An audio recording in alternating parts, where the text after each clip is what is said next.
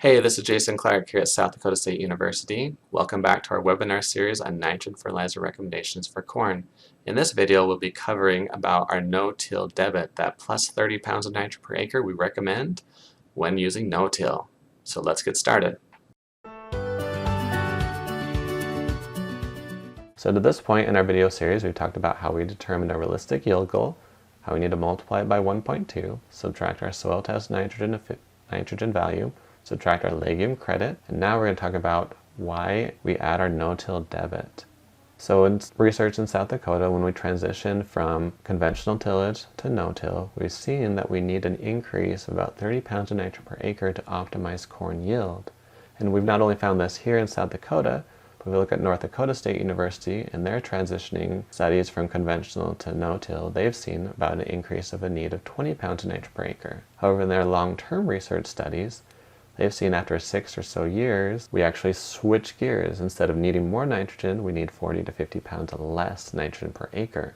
So then the question comes, what about in South Dakota? When can this increased nitrogen rate flip back around to actually reducing your nitrogen rate? In some studies we've seen around 5 years of no-till is when you can get rid of that 30 pound of nitrogen per acre credit. However, in more than that, we're still working on some current research to show if that actually becomes a credit in the number of years or other soil quality factors that we can measure. So hopefully we'll have more information on that upcoming, but it does look promising that we'll most likely be able to reduce that nitrogen requirement the longer we are in no-till, depending on the environment and our management practices.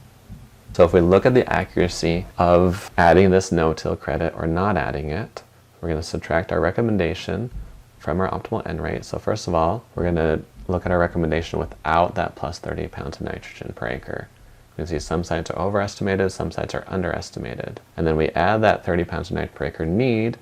We see that in some of these sites, here we move above zero, here we move to zero, right or really close around it. We can see in these sites that we needed that plus 30.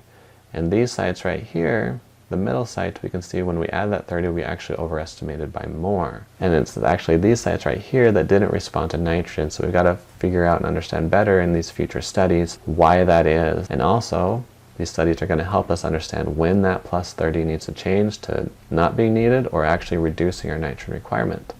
So again, in review, we're taking our yield goal, multiplying by our coefficient, subtracting our soil test nitrogen value, subtracting our legume credit, and if needed, we're adding our no-till debit. And once we do all that, we can do the math, divide that by the percent of nitrogen in our fertilizer, so urea, 46%, divided by 0.46, and we get a recommendation of 228 pounds of urea per acre. So the next question is, how accurate is this system, which will come up in a following video, so hopefully you tune in. So again, thank you for your time.